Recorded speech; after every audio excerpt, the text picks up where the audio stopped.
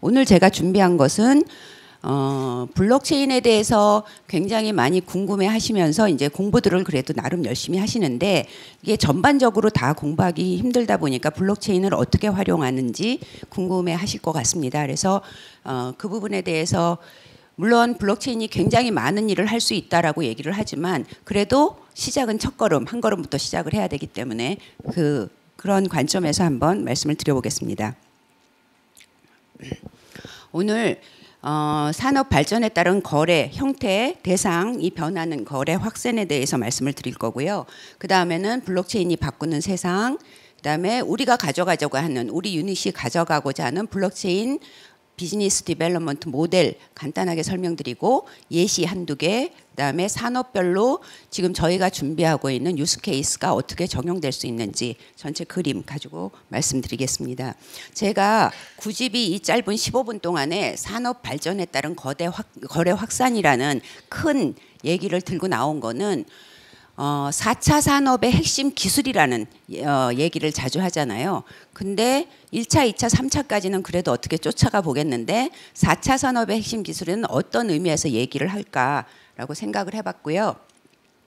일단은 우리는 처음에 이제 직거래 상태에서 있었는데요. 저는 지금 현재 SKT 또는 SK그룹 그 다음에 모든 어떤 매출을 일으키고 소득이라고 하는 것들이 어떤 거래의 형태의 변화라고 생각을 합니다. 그러니까 우리나라 총생산도 지금은 우리나라 총생산이지만 처음에는 이렇게 옆집과 한 마을에서 일어나던 어떤 거래의 형태가 있었을 거라고 보고요. 이 당시에는 옆집에서 어떤 비료를 주고 무엇을 생산하는지 다 알아서 사실은 서로 신뢰관계가 형성돼 있었던 거고 대면이고 품질이나 평판에 대해서는 굳이 누구에게 묻지 않아도 알 수 있는 상태의 거래였다고 한다면 두 번째 산업 발전 증기 전기가 나오면서 큰 배, 트레인 이런 것들이 생기면서는 사실은 내가 누구랑 거래를 하기는 하지만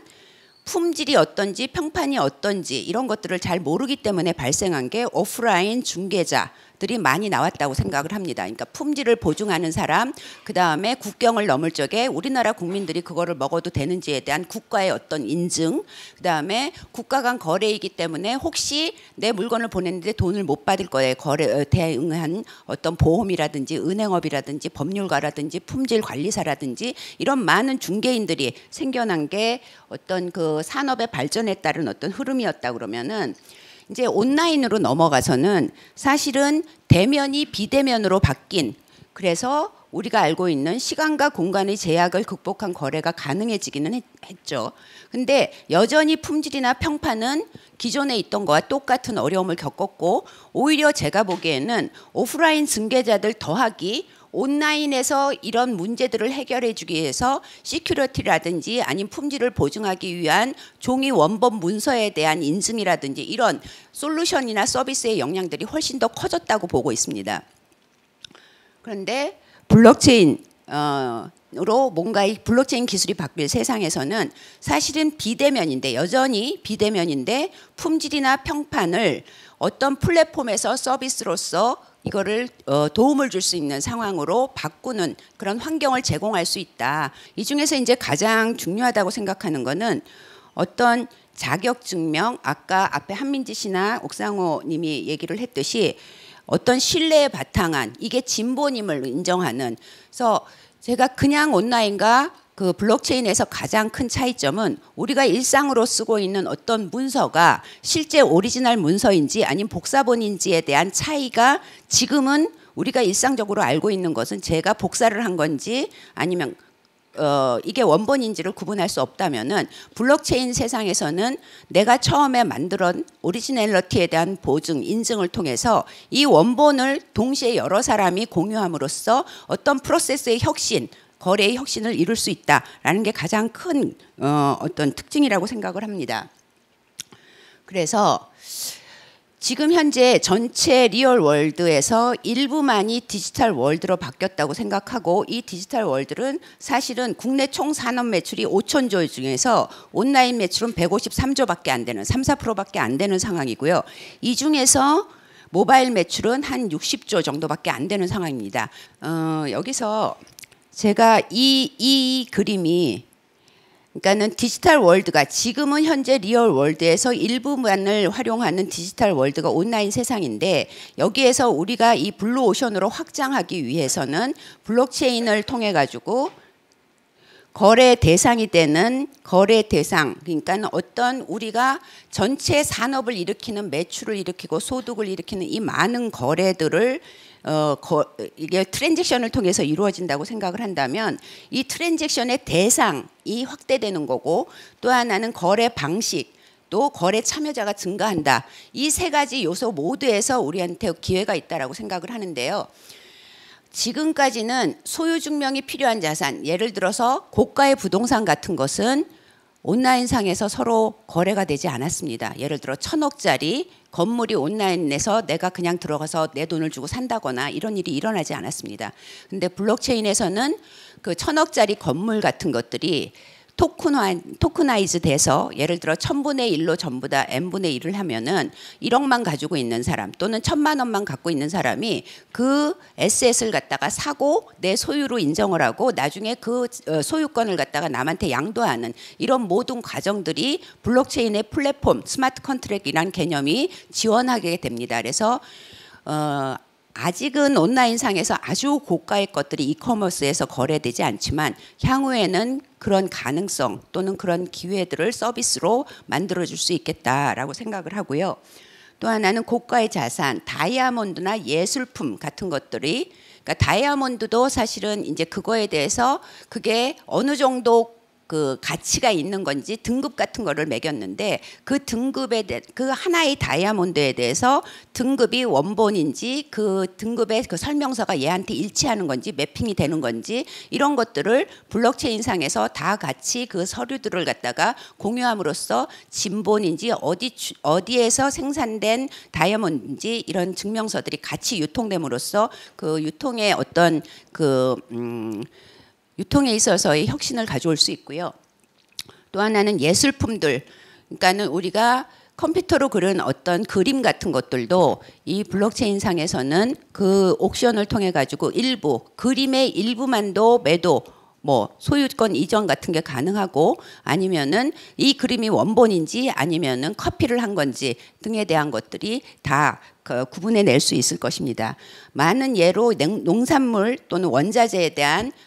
평가나 오리지널리티 같은 것들을 같이 동봉해 갖고서는 거래할 수 있다는 것 때문에 이 거래 대상이 지금보다 많이 늘어날 거라고 생각을 하고요. 또 하나는 거래 방식의 변화인데 가장 큰 변화의 거래 방식은 대면이 비대면으로 바뀌는, 그래서 자산 소유권의 지분화 가능, 아까 말씀드렸던 부동산을 몇 분의 1로 나눈다든지 그다음에 이런 부분들이 가능하고 또 이런 새로운 지불 수단이 등장함으로써 거래 방식이 바뀌고 P2P 그다음에 임대연 자산에 대한 거래 급증, 거래 방식, 비대면의 거래를 보다도 신뢰성 있게 할 수 있다라는 이런 방식이 우리한테 새로운 기회가 될 거고, 또 거래 참여자는 지금은 제가 1,000억짜리 부동산을 가진 사람이 직접 인터넷에 들어가서 내 거를 올린다거나 이런 것들이 하지도 않거니와 한다 하더라도 소유권을, 이 부동산이 정말 내 건지 소유권을 갖다가 증명할 수 있는 인터넷상의 시스템이 안 갖춰져 있다고 본다면 블록체인에서는 내가 갖고 있는 자산에 대한 소유권과 이런 것들이 다 나와 함께 전달을 시킬 수 있기 때문에 지금의 중개자들 중심으로 마켓에서 이용되는 많은 거래들이 직접 참여하는 사람들이 많아질 거라고 봅니다. 그래서 자산 소유권자의 직접 참여의 예로는 음원의 유통 같은 것도 직접 작곡한 사람이 내가 중간자를 거치지 않고 올린다거나 해서 참여자들이 훨씬 더 많아질 수 있는 이런 세 가지 구조에서 대상이 늘어나고 방식이 바뀌고 거래 참여자들이 증가한다는 것이 우리에게 어떤 비즈니스의 새로운 기회가 될까, 아니면 현재 우리가 영위하고 있는 사업들한테는 어떻게 트랜스포메이션 시켜주면 좋을까라는 생각을 하게 됩니다. 그래서 블록체인이 바꾸는 세상에서 핵심을 몇 가지 말씀드리면, 사람이나 사물, 거래 행위에 어떤 원본성, 진본성을 부여할 수 있다라는 것이 무수히 많은 예를 들 수 있을 것 같습니다. 무수히 많은 예를 들 수 있는데 지금의 우리가 쓰고 있는 거는 사실은 제 이메일, 전화번호 뭐 이런 거잖아요. 근데 그게 그 사람인지 아이덴티파이하는 과정이 이 하나의 시스템, 서비스 안에 다 녹아들므로써 예를 들어서 저희가 가짜 기사라든지 아니면 댓글이라든지 이게 제 이름을 달고 댓글을 썼을 때 나의 센텐스에 쓰는 단어와 누가 누군지 모를 적에 내가 쓰는 단어는 다를 수 있잖아요. 좀 더 서로 믿을 수 있는 그런 서비스를 만들 수 있다고 생각을 합니다. 그다음 진본 확인 기반의 기록 관리, 중요 자산의 거래, 소유의 이전, 물류의 추적, 자산의 흐름을 실시간 투명하게 관리한다는 얘기를 했는데요. 아까 이제 한민지 님도 말씀을 하셨지만은 그 회사에서 4개의 다른 회사들이 똑같은 인증, 로그인 아이디를 활용하는 것을 갖다 실시간으로 한다고 그랬잖아요. 근데 그것이 사실은 어떤 진본이기 때문에, 진본의 기록이기 때문에 그런 서비스들이 가능한 거고, 확장성에 있어서도 지금 4개의 회사만 하나의 아이디를 이용했는데 거기에다가 5개, 6개, 7개 계속 확장을 갖다가 지금 우리가 알고 있는 아이디 확장보다는 훨씬 더 손쉽게 할 수 있는 그런 블록체인의 그 노드의 네트워크화라는 특징을 활용할 수 있는 게 있습니다. 똑같이 그런 어떤 블록체인의 특징을 가지고 이런 기록 관리를 기점으로 해갖고 사업을 생각할 수가 있고요. 또 하나는 저희가 이제 뭔가 원자재를 수입을 한다. 그러면은 생산하는 곳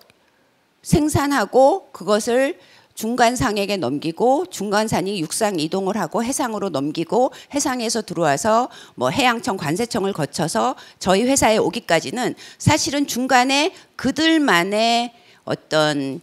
그 이동에 대한 서비스에서의 필요한 서류가 있는 거고, 그 다음에 국경을 넘을 때 필요한 서류, 그 다음에 내가 받을 적에는 내가 주문했던 게 맞는지에 대한 확인에 대한 그런 서비스, 사람들이 대면으로 눈으로 하고 서명을 할 수도 있고, 이런 굉장히 많은 분절된 서비스들이 프로세스라는 이름으로 연결이 되어 가지고선 지금 우리가 저 멀리 주문했던 어떤 물건이 오는 건데, 이 분절된 많은 서비스들이 블록체인의 서비스의 노드로 엮임으로써 사실은 그 프로세스를 6개월짜리를 한 2개월로 단축시킬 수도 있고, 이런 그 노드화한다는 데 대한 장점을, 그 분절이 발생했던 사일로한 영역을 물리적 통합 없이 진본 확인만으로 누구임을 확인함으로써 서비스의 전체 프로세스를 효율화시킬 수 있는 방안이 있고요. 그다음에 참여자의 기여도만큼 이익을 정당하게 배분하는 여러분들이 들어봤음직한 토큰 이코노미의 인센티브 효과들을 활용할 수도 있습니다. 그래서 제가 이거를 준비하면서 생각한 거는 초두에도 말씀을 드렸지만,